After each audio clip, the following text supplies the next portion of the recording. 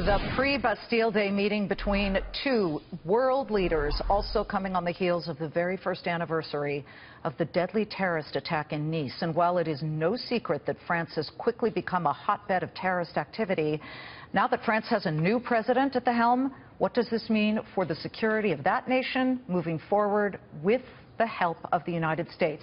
Our next guest is not only a global business leader, but was the former producer of the gigantic event known as the World Economic Forum in Davos, Switzerland, where some of the brightest and richest minds and world leaders gather.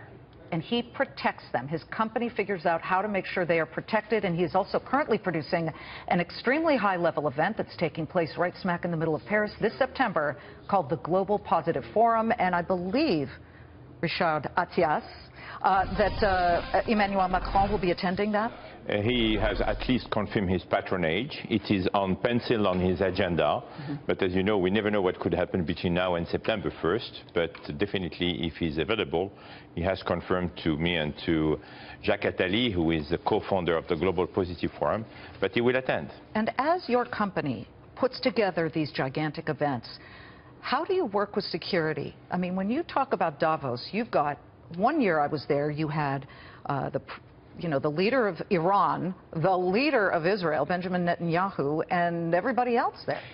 To be honest, this is, as a paradox, much more easy to secure events like that because you close everything.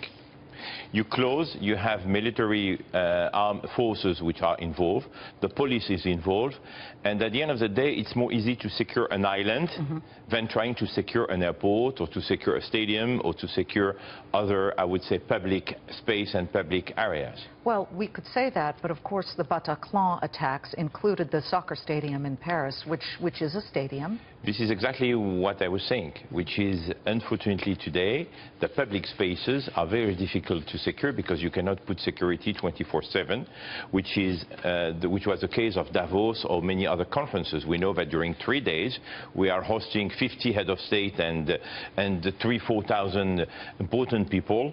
So the place is totally secured a week in advance. In these public spaces, we have to absolutely, I think, take in consideration now that we are not living anymore in a safe environment. And all this public space, this is my personal opinion, has to be definitely secure. You know, you really had the pleasure to be invited by you a few weeks ago to speak here.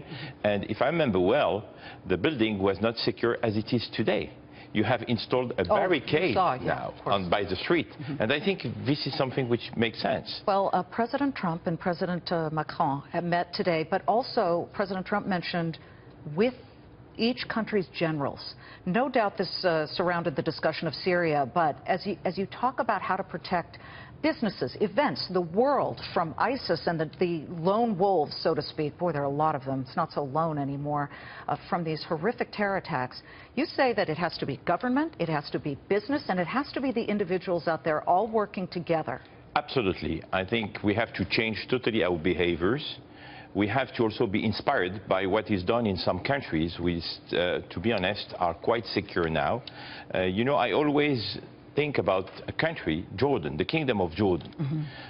For the past 15 years plus, their hotels, their public space, their airports are really secured like blocked. You cannot even access the airport easily. Right, that's with Israel as well. And absolutely, Israel has the same process, even if sometimes, as you know, in Tel Aviv, by the beach, you have also some incidents and some potential risks because you cannot close the city.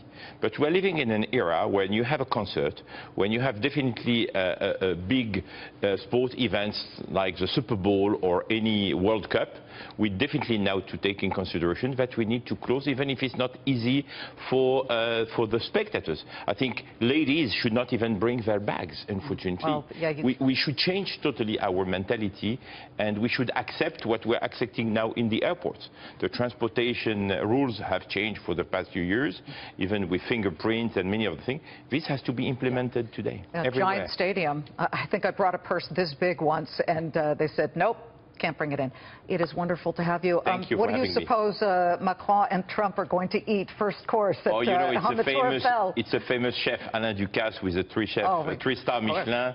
So I'm sure he will be sharing with them all his specialties. I'm sure it'll be something like one tiny watermelon radish with the essence of carrot. But he has also to consider what are the tastes of President Trump and what he likes. Of course. Want to help your guests. Great to see you. Thank you for having me. Richard Attias and Associates founder Richard Attias.